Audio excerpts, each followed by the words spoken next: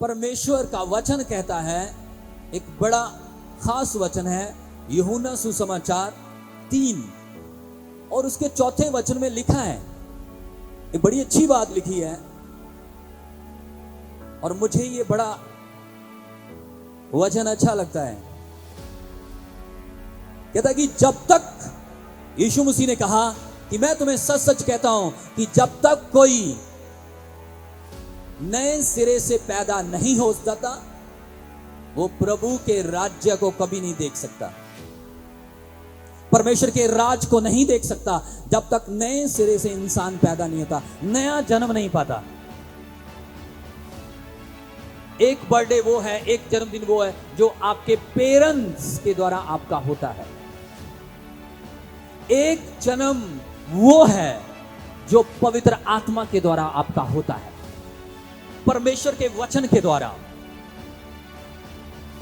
और जब तक वो इंसान परमेश्वर के वचन के द्वारा, प्रभु के आत्मा के द्वारा जल और आत्मा से पैदा नहीं होता, वो इस पृथ्वी पर बेगाना है। चाहे आपका जन्मदिन आप बड़ी धूमधाम से मनाते हैं और आप प्रभु को नहीं जानते और आप महंगे महंगे फंक्शन करते हैं, आपको पता है उसका कोई फायदा नहीं होने वाला,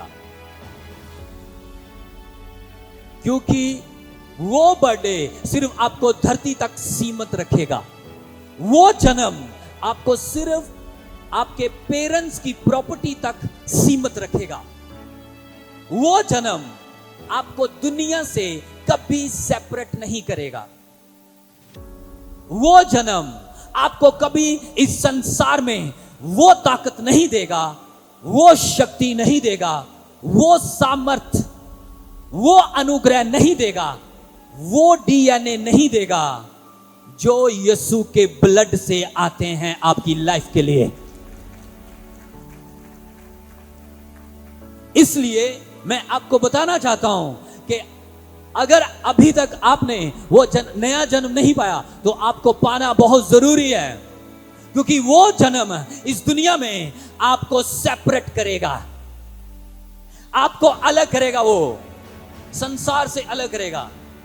क्योंकि वक्त बीतता जा रहा है, दुनिया बहुत फास्ट हो चुकी है। जो हॉली स्पिरिट मुझे कह रहा है मैं वो बोलूंगा। दुनिया का रंग ढंग बीतता जा रहा है, समय तेजी से आगे बढ़ रहा है और दुनिया अपने सांसारिक जन्म के उन रीति रिवाजों में, उन ख्यालों में, उन कामों में, उन कार्यों में खोई हुई है। उन्हें कोई पता नहीं है कि ये जन्म सिर्फ उन्हें धरती पर सुकून दे सकता है, ये जन्म सिर्फ उन्हें धरती की जन्नत दिखा सकता है, ये जन्म उन्हें पृथ्वी की चीजों पर बढ़ोतरी, पृथ्वी की चीजों पर उन्नति दे सकता है। लेकिन आत्मा का जन्म उससे इस जीवन के बाद अनंत जीवन देने की ताकत रखता है। जो इस जिंदगी के बाद जो आपको जिंदगी मिलने वाली है, आपको पता नहीं, बहुत अहम है। परमेश्वर के प्रिय बच्चों, नए जन्म का मतलब है कि परमेश्वर आपको सेपरेट करता है दुनिया से, दुनिया के कामों से, दुनिया की चीजों से, दुनिया के पाप से। परमेश्वर आपको सेपरेट करता है, परमेश्वर आपकी जिंदगी को बदलता है, परमेश्वर आपको एक नई दिशा देता है, परमेश्वर आपको ताकत देता है, परमेश्वर आपको आपके अंदर एक ऐसा एनवायरनमेंट पैदा कर देता है कि जब आप उस शेप में ढल जाते हैं, फिर आपको संसार की चीजें अच्छी नहीं लगती, फिर आपको ये दुनिया की चमकाहट, दुनिया के रीति रिवाज, दुनिया की रंग रलियां, ये आपको अच्छी नहीं लगती। आपके अंदर एक अलग ताकत आ जाती है, आपके अंदर एक अलग सामर्थ आ जाती है, आपके अंदर एक अलग सुकून आ जाता है। फिर जब धर्मी बंदा इन चीजों इनके द्वारा एक धर्मी बंदा बन जाता है, एक धार्मिकता में ढल जाता है, तो फिर उसका आत्मा परमेश्वर के साथ एक हो जाता है। फिर वो परवाह नहीं करता, फिर उसकी जिंदगी में चाहे दुख आए, मुसीबतें आए, तन्हाई आए, अकेलापन आए, उसे परवाह नहीं, क्योंकि वो जानता है परमेश्वर मेरी तैयारी कर रहा है और आने वाले टाइम में मैं सेम नहीं रहूंगा और मेरा घराना सेम नहीं रहेगा और मैं आगे बढ़ूंगा और दुनिया की कोई ताकत, कोई बीमारी मुझे हरा नहीं सकती, कोई शैतान मुझे हरा नहीं सकता, कोई शोक मेरे खिलाफ अपना झंडा खड़ा नहीं कर सकता, कोई शैतान की ताकत मुझ पे बलवंत नहीं हो सकती, मुझ पे जयवंत नहीं हो सकती। वो जानता है, इसीलिए परमेश्वर सेपरेट करता है। यूहन्ना 12:24 में लिखा है कि जब तक गेहूं का दाना मिट्टी के अंदर मरता नहीं तब तक वो फलता नहीं, तब तक वो उपज नहीं लाता, वो फैलता नहीं, वो फलदायक नहीं होता। तो जब मुझे बहन का बर्थडे याद आ रहा था तो पवित्र आत्मा मुझे सिखा रहा था, मुझे कह रहा था, संदीप सुन, दुनिया अपने बच्चों को ज्यादा से ज्यादा क्या दे देगी बर्थडे के ऊपर? एक सोने की रिंग दे सकती है, और क्या कर सकती है? अपनी विरासत दे सकती है, और क्या दे सकता है? उसे गिफ्ट, कार, मोटर, गाड़ियां, बहुत कुछ संसारिक चीजें दे सकते हैं।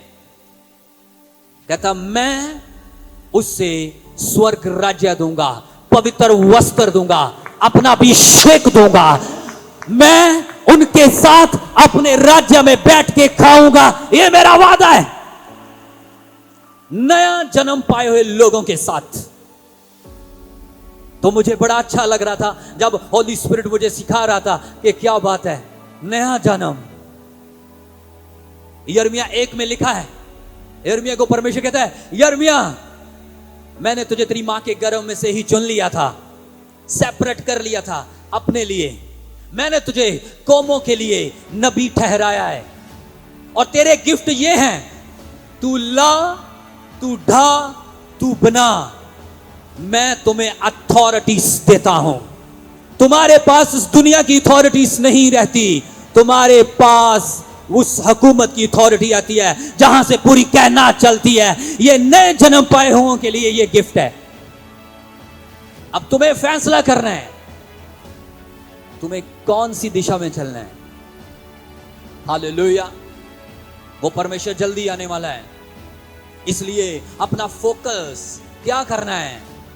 अपनी आत्मिक जिंदगी के ऊपर फोकस करना है, इसे सीरियस लेना है। ये नॉर्मल लाइफ नहीं। मत डरो, मत घबराओ। जब प्रभु तुम्हें सेपरेट करे, तुम्हें अकेलापन आएगा, तुम्हारी जिंदगियों में दुख आएंगे। मैं नहीं कहूंगा तुम्हारी जिंदगी में बड़ी बरकतें आती रहेंगी, बड़ी खुशियां आती रहेंगी, बहुत कुछ चमत्कार होंगे। अरे ये एक साइड है, तुम्हें क्रूस भी उठाना है। मुझे तुम्हें कमजोर नहीं, मुझे दलेर बनाना है। आज अगर मैं यहां पे आया हूं 1-2 घंटे के लिए, तो मुझे ऐसा कुछ आपके अंदर फूंक कि जब तुम्हारे सामने चुनौतियां आए, तुम चीर के आगे निकल जाओ और तुम जीतो और अनंत जीवन का मुकुट तुम्हारे सरों पे हो। मुझे वो उस चीज के लिए तुम्हें प्रिपेयर करना है। हालेलुया। इसलिए हवा अपने आप को मजबूत कर लो, अपने आप को ताकतवर बना लो। और वो ताकत सिर्फ उन्हीं लोगों को मिलती है जो नए सिरे से पैदा होते हैं, जो जल और आत्मा से पैदा होता है, और फिर वो अपनी जिंदगी में परमेश्वर को राज करते हुए देखेगा और परमेश्वर उसकी जिंदगी में ऐसे ऐसे कार्य करेगा वो सोच भी नहीं सकता।